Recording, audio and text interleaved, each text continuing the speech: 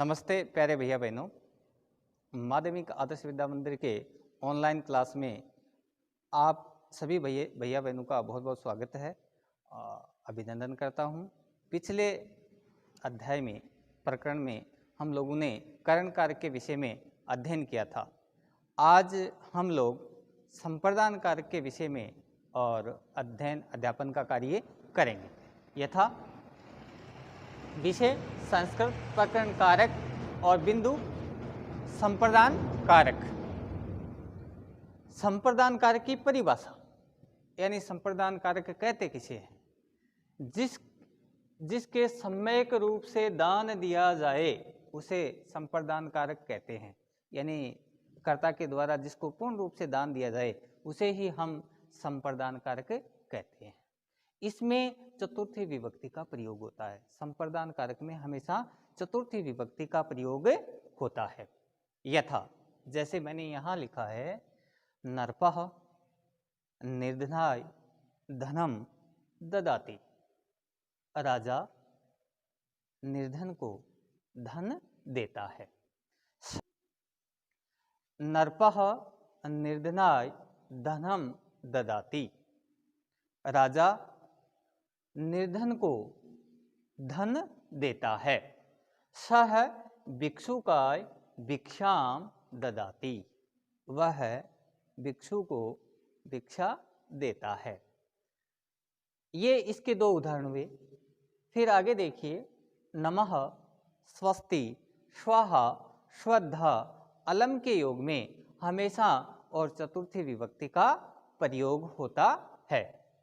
जैसे अरामाय नमः, गणेशाय नमः, अग्ने स्वाहा, पितृभ्ये श्रद्धा, स्वस्ति भवेत्, सूर्याय वस्तः, दैत्यभ्ये हरिम अलम। इनके योग में और हमेशा चतुर्थी विभक्ति का प्रयोग होता है। कई बार अलम के योग में तृतीया विभक्ति का भी प्रयोग होता है, थोड़ा सा ध्यान देना है। दूसरा पॉइंट मैंने लिखा है, रुच एक धातु है और जिसका अर्थ होता है अच्छा लगना। जो हमें अच्छा लगे, जिसी भी व्यक्ति को अच्छा लगे, वहां पर हमेशा चतुर्थी विभक्ति का प्रयोग होता है। यानी रुच धातु के योग में हमेशा चतुर्थी विभक्ति का प्रयोग होता है। जैसे मैंने यह उदाहरण लिखा है, बालकाय मोदकम रोचते। बालकाय मोदकम रोचते, बालक को लड्डू अच्छे लगते हैं। तस्मै पठनम रोचते, तस्मै पठनम रोचते। तीसरा उदाहरण मैंने दिया यहाँ, क्रुद्ध, द्रुह, ईष्य, ऐसुये के योग में हमेशा चतुर्थी विभक्ति का प्रयोग होता है। यथा पिता पुत्राय क्रोधयति। यानी क्रोध अगर कहीं पर आ रहा है तो वहां पर हमेशा चतुर्थी विभक्ति का प्रयोग होता है। ध्यान देना, ये उदाहरण इंपॉर्टेंट है, कई बार परीक्षा में पूछा जाता है। दुर्जनः सजनाय एष्यति, रामः महेशाय ऐश्वर्यति।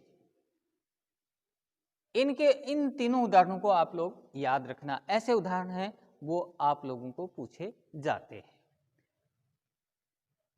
चौथा लिखा है मैंने, प्रयोजन के लिए जो क्रिया करता है वहां पर हमेशा चतुर्थी विभक्ति का प्रयोग होता है। सह मोक्षाय हरिम भजति। वह मोक्ष के लिए हरि का भजन करता है, हरि का स्मरण करता है। बालकः दुग्धाय कर्दति। बालक दूध के लिए रोता है। पांचवा मैंने लिखा है यहाँ पर, कथय निवेदय उपदेश धातु के योग में हमेशा चतुर्थी विभक्ति का प्रयोग होता है। ये ज़्यादातर बोर्ड की परीक्षाओं में इस प्रकार के जो धातु हैं इनको कई बार परीक्षक है वो पूछता है, तो आप थोड़ा सा ध्यान देना। रामः स्वमित्राय कथयति। रामः स्वमित्राय कथयति। शिष्ये गुरुवे निवेदयति। साधुः सजनाय उपदिशति। तो इस प्रकार के उदाहरण हैं वो परीक्षक के द्वारा पूछे जाते हैं। इसलिए इस चतुर्थी विभक्ति यानी संप्रदान कारक को ठीक प्रकार से आप अध्ययन कर लेना। और यहाँ पर जो मैंने 1 नंबर पॉइंट लिखा है, इसमें नमाज स्वस्ति स्वदा स्वाहा अलम के योग में, तो इसको भी विशेष करके ध्यान में रखना। इनके योग में भी और चतुर्थी विभक्ति का प्रयोग होता है। ये कई बार बोर्ड की परीक्षाओं में और अन्य परीक्षाओं में पूछा जाता है। धन्यवाद।